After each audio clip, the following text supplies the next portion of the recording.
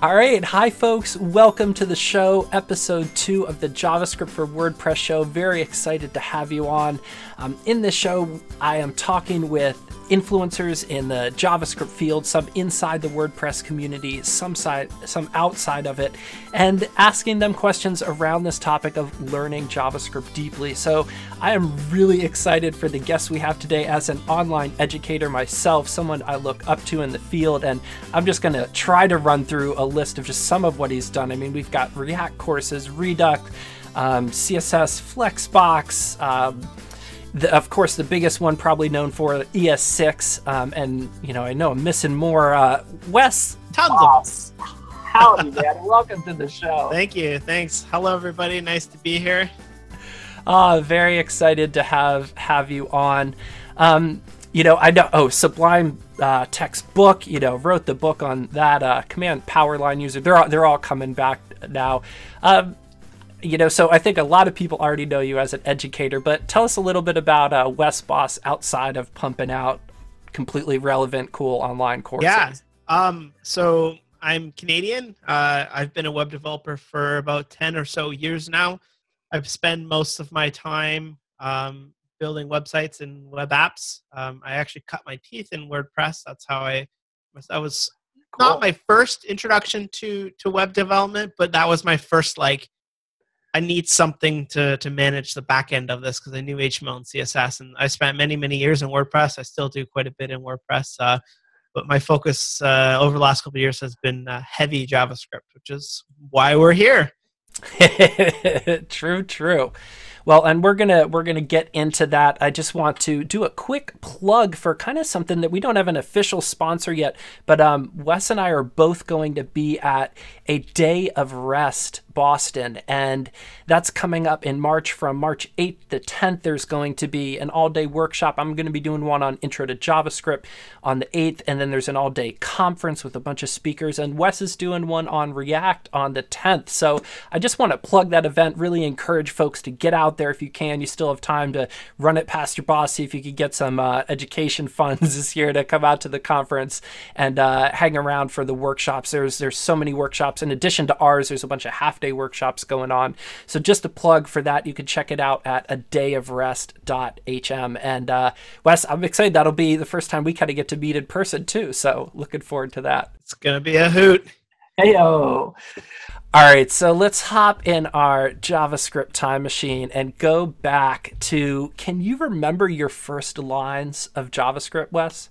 Yeah, I saw the question. I was like, oh, what was that? But when I forget. And when I was in grade 6 or something like that, really young, I was part of this website called CDN-Money. And I think you Americans have it's the way it works is that you input you get a bill, like a $5 bill or $2 bill, or y'all Americans have $1 bills. And you put the serial number in and you say where you got that bill. And then you stamp it with the website.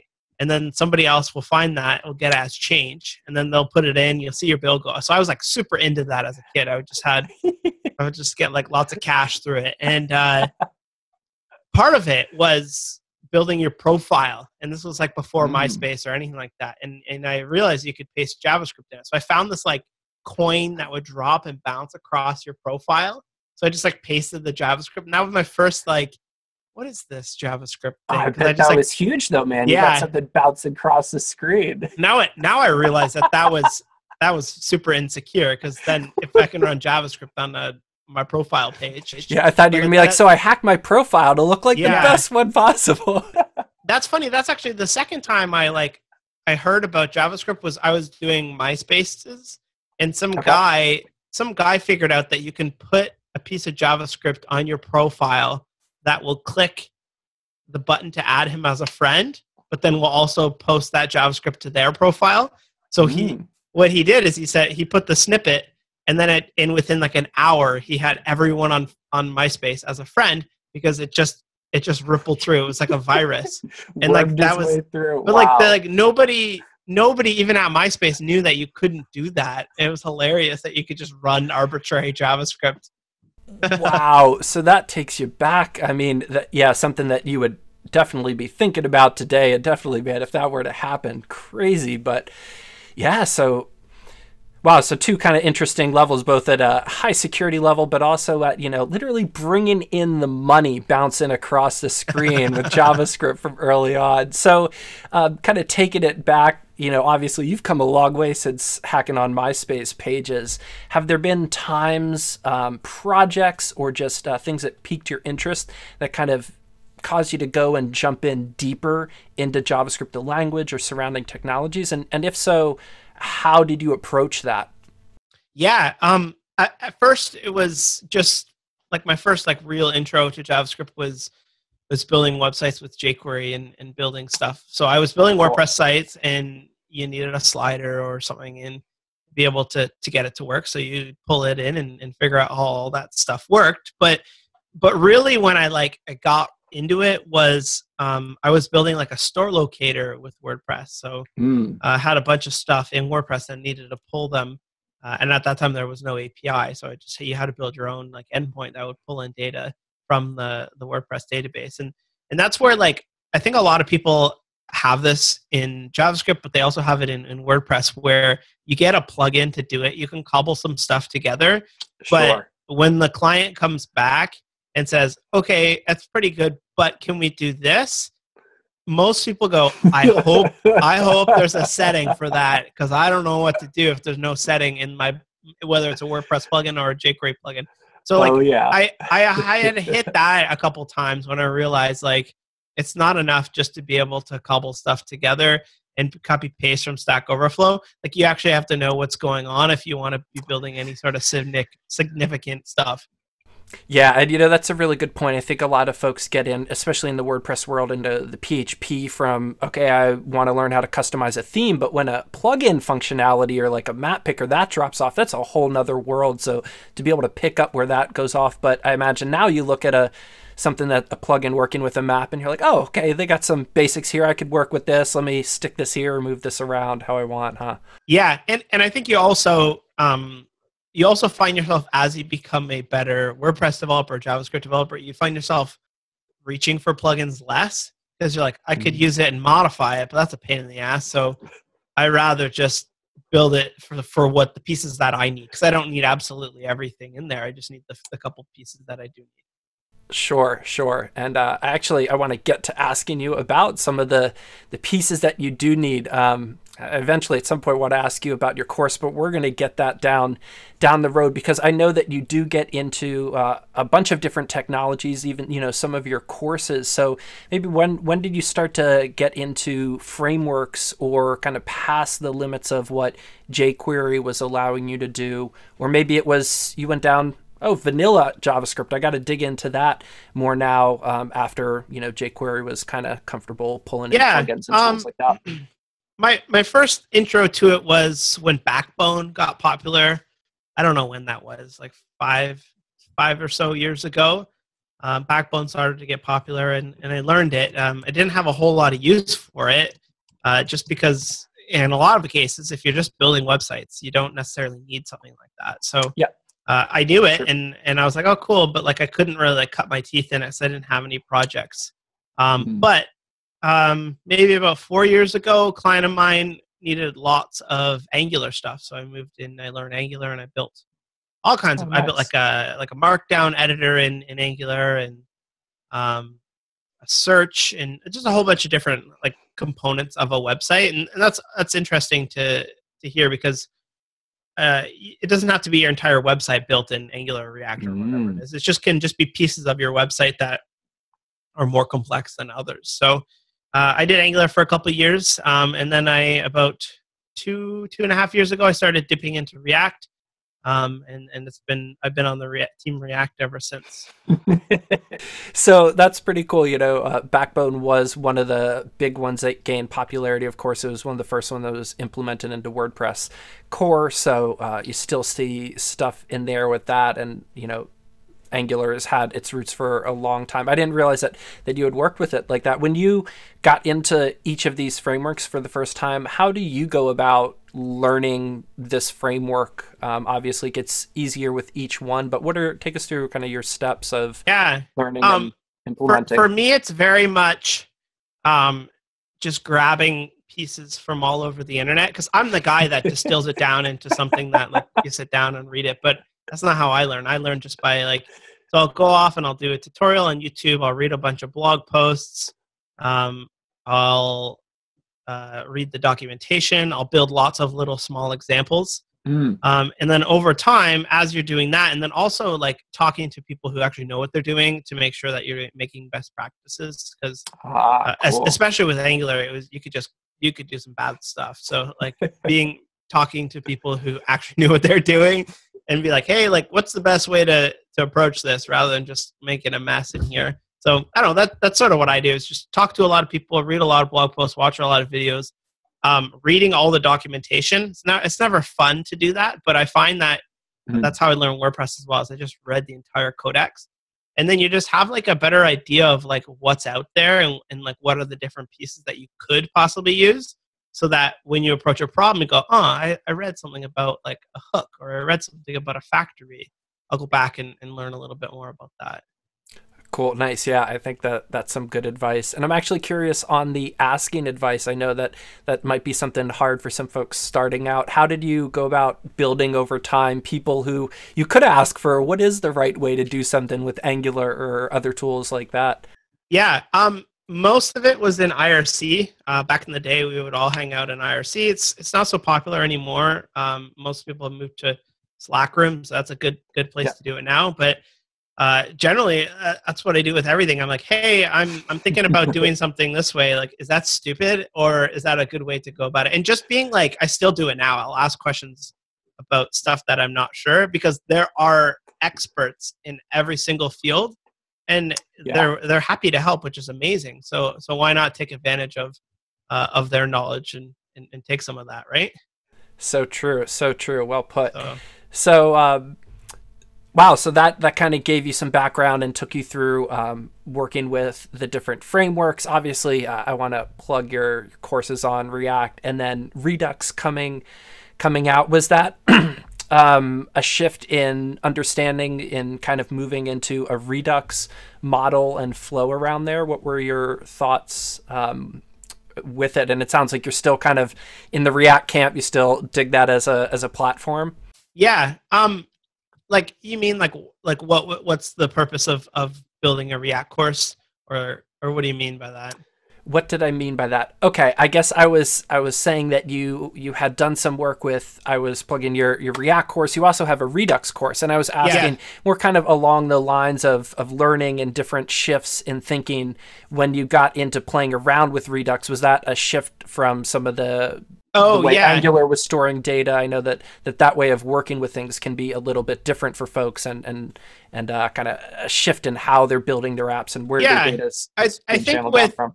With Redux, so for those who don't know, the way that React works is that you store your data in a component, and if you need to get that data from one component to another component, you have to pass it all the way down this like stair step. And as you're working through React, you start to feel this pain where it's like, this is a bit hard to pass my data all the way down these steps. So that's what Redux solves. So it's a bit of a natural progression. I don't recommend learning Redux until you actually have built a couple things in React and you start to feel that pain, or you start to feel, there's something here that isn't there for me, and the React doesn't have anything built in for that, and that's where the Flux model will come in and start to solve that pain. So it's a pretty natural progression, and as I teach React, often some of the questions that pop up as people are learning are exactly, how would you do that? And the answer is, that's what Redux solves. Cool. So kind of moving out of the frameworks, I don't think I'm spoiling anything, because I think you have already shared that you have a Node course coming out. And it'll probably be out probably not too much longer after this airs, in the next week or two. So what got you into that, and what was your experience in learning Node in relation to these other implementations or along with them? Yeah, so I first got into Node like when it was first announced. I remember people and I didn't really understand what it was. Damn, Like, you're there, learning it. I yeah, don't know what's going on, but they're like, it's Node, it's going to be huge. And I was like, this is amazing. Like, what does that mean on the server? And then somebody explained it to me that WordPress is PHP on the back end, and Node is you have JavaScript on the server, and that just blew my mind because I didn't know that was possible. So I had built a couple things in it, and I had a bunch of clients who needed more apps than websites, and you can sort of like force WordPress into it. There's person that'll make WordPress do absolutely everything, like a car dealership or something like that. But like that's not really what it's for. So I picked up Node and Express and Passport and all these, and MongoDB and all these things. And I really liked it. I thought like, oh, this is really nice, not having to context switch from my front end to my back end. And I was building a lot of stuff that I didn't know that I could even build, and a lot of real-time stuff. And I was like, this is really cool. So over the last 4 or 5 years, I've just been building lots of Node apps. And I'm just a big proponent of it. And I know that since I love it, I like to build stuff. It's pretty quick for me to build stuff. I know that there's a lot of people out there that would also like to learn how that's done. Yeah, I think that's huge. My kind of get into it was in building out APIs and stuff that I'm like, oh, let me just use this as a project. And I was like, oh, well, this is really fast. I could do so much with so few lines, and this is all I need. Okay, cool. Yeah, it's surprisingly nice. And I think also, even if you aren't going to be building something in Node, it helps you understand like what is actually happening on the server.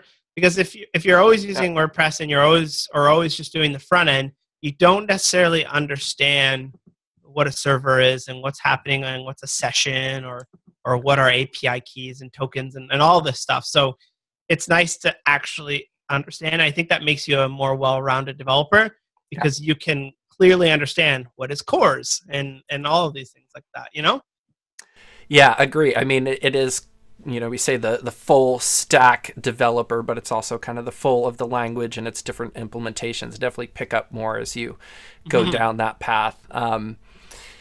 So I want to have you talk a little bit too about just the art of practicing it, of building out projects. This JavaScript in 30 or JavaScript30 project that you released, so cool because as someone who I'm doing my own master course and in-depth, and one place I feel bad is when I have to continually bust out projects or little examples of things working, and I get them this far to demonstrate, but they could, with a little design and a little bit more thought, be really cool examples. And you knocked out 30 really cool, nicely designed, fun to build, complex but simple different projects. And could you just share a little bit about what inspired that and what your process was like, you learning, because I'm sure you picked up some things along the way digging into each of these or some more than others.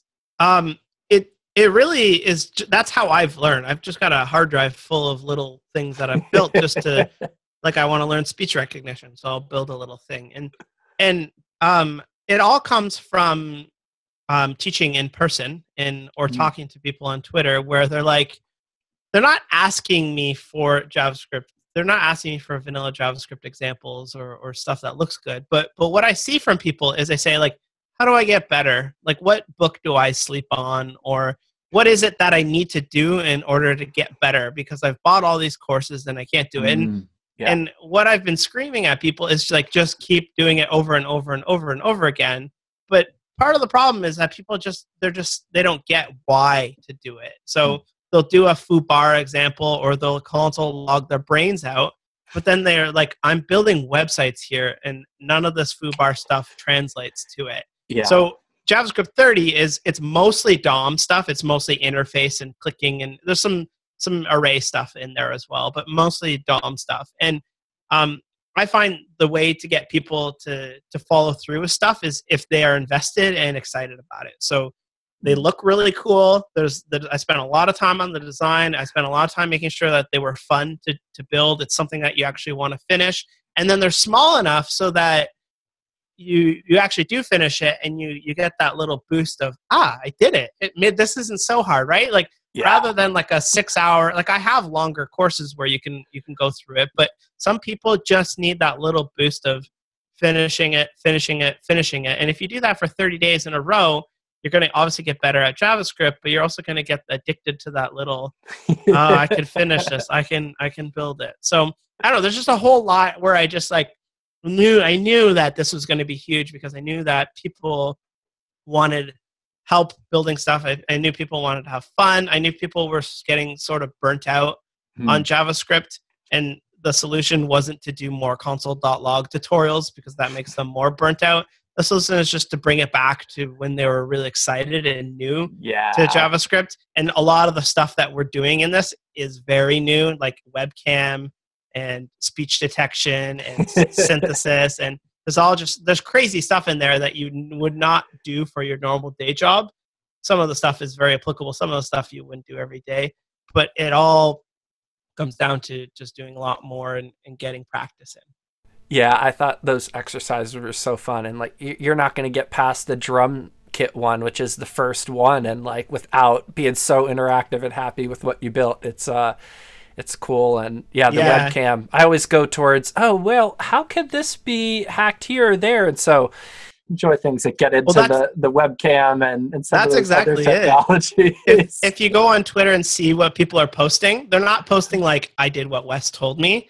It's, oh, I figured it out, but now I stepped it up a notch, and people are just building the craziest shit ever. And it's really fun to see because that's what you want. You want to be like, oh, but how could I tweak it to do X, Y, and Z? And that's really what I want you to do.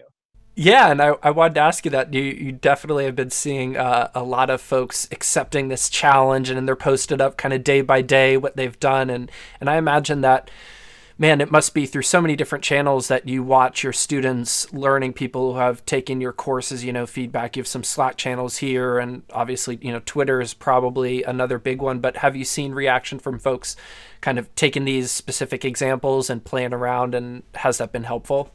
Yeah, I've seen a lot of people who said, I solved a problem at my actual work today because of something I learned, which is really cool. We're seeing a lot of people do like a Thursday night coffee group where they'll meet up with a couple friends and they'll sit at a table and bang through it together.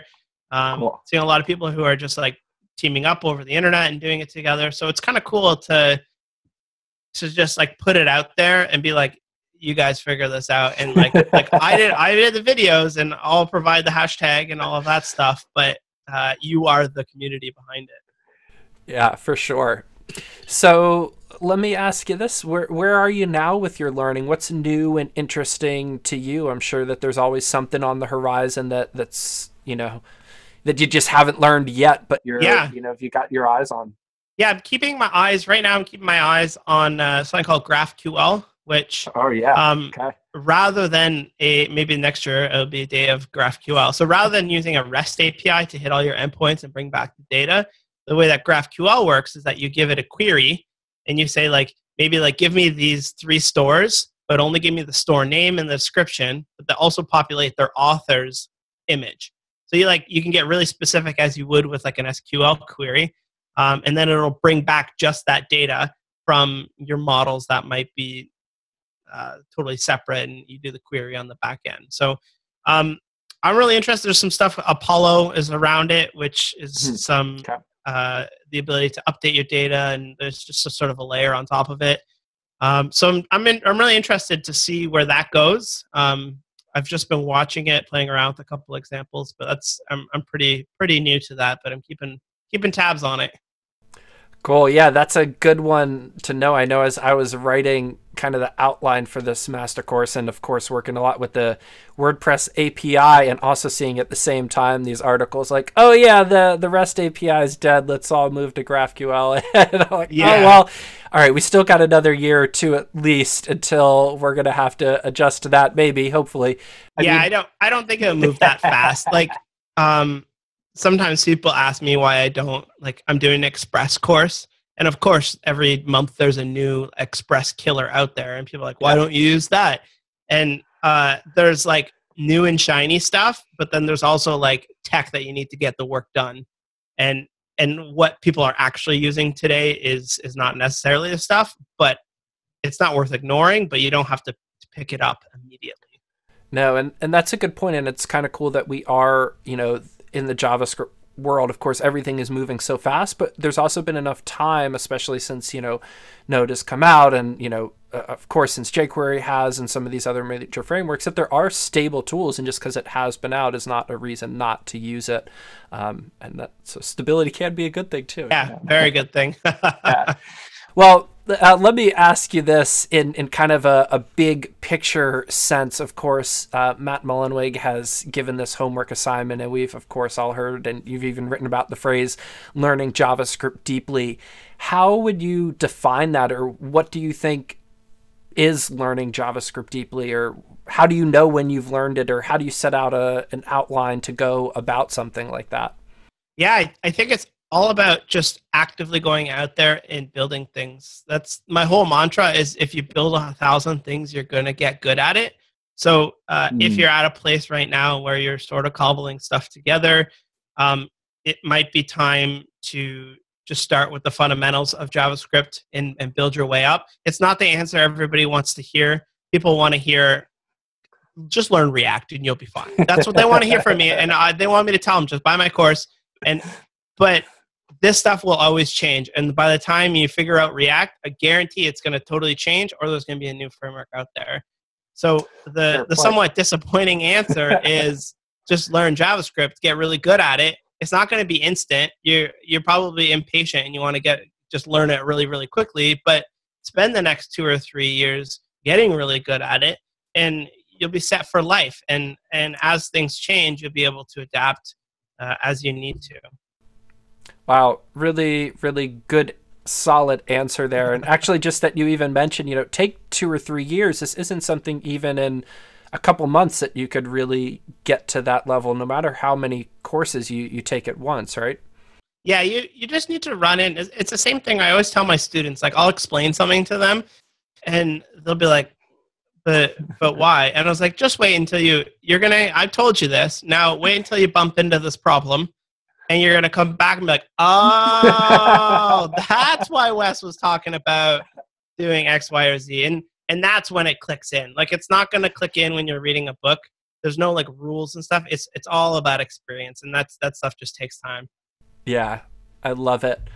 I love it. Well, let me just mention real quick again here before I ask you this last question. I just want to plug one more time.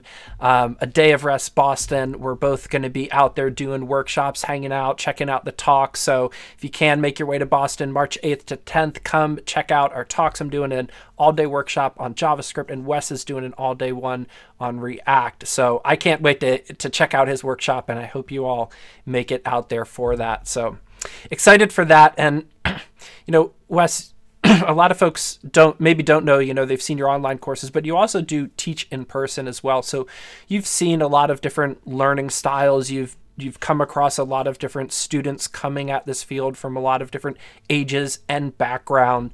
Could you maybe just close out with some good advice for different types of folks you've seen, stuff that you've seen worked, even if it's kind of repeated some of the same mantras you said, just so that folks could tune in and be like, all right, I'm going to take away and try and just go doing this. Yeah. And, what could you say there? The thing that I see most often is people write themselves off as not that kind of person. And I wasn't a particularly good student. I wasn't very good at math. Programming didn't come very easy to me. It may seem that way now, but I remember also learning programming at the same time as some of my friends, and they would just build this amazing stuff. And it was very slow for me. So I think really what you need to do is figure out your learning style, what works best for you.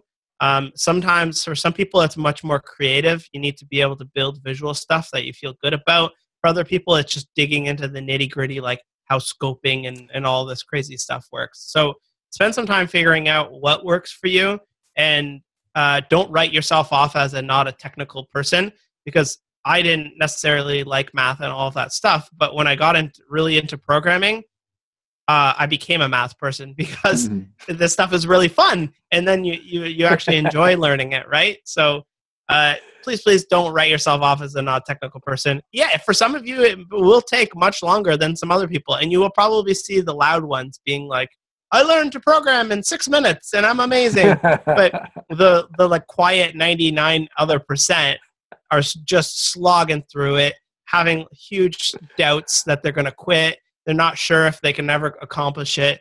But if you just put in the time, you keep at it, it's no problem. You can get it for sure. Oh, I love that. What solid advice there. And I think it is true. It's easy to get defeated with this, and especially if you feel like so many, for whatever reason, that you're not this type of person, not a programmer. And that's cool to hear, because there's definitely employment options in the future and coming and now for folks that know this stuff and how to do it. I want to press you a little bit more maybe on what resources they might turn to, maybe even from in person all the way up to online. Feel free to plug your own stuff as well. Yeah. Too. So for someone who is dabbled with JavaScript, they sort of have some stuff going on. I really think that my free JavaScript 30 courses is what you need to do to just get that time in, to just get that practice in, to really sharpen those skills. And then past that, I hear some people really like books. Eloquent JS is one that I hear. You Don't Know JS, Kyle Simpson's books. I'm a huge fan of that series. Yeah. So if you're a reader, I'm not a reader. I don't like that at all. If you're a viewer, MPJ on YouTube every week, every Monday, he's got a really funny, and he'll explain like a concept in programming, but like really engaging. That's really nice. So entertaining and really advanced too. Yeah. But like advanced, but like not like I'm smarter than you. It's like, let's understand what a closure is, but while talking about cats, like that's exactly the kind of learning that I strive to do as well, is that it's applicable to your life, because everybody likes cats, right? Except for me, cats suck. But unless they're big ones, then respect. Cool. So yeah, I think really just find out there's tons of resources out there. There's no silver bullet. The silver bullet is going to be you putting the work in. Nice. I love it. Well, I just want to thank you again for coming on, talking about your background, everything that you've learned. Like I said at the beginning, I definitely look up and I've taken most of your courses and recommend them to all my students too. So grateful for what you're doing. Glad you're going to keep doing it. And I'm guessing we could keep the Node course, and then probably keep expecting some courses from you in the future. You digging this thing that you're doing? Yeah, I'm enjoying it. So I've got big plans for this year. Hey, cool. Well, we look forward to hearing more about it. I will see you in Boston soon, and thanks everybody for watching. Please subscribe to the show. Check us out on iTunes if that's your thing, and I will see you in the next episode. As always, keep on learning, folks. See you, everyone.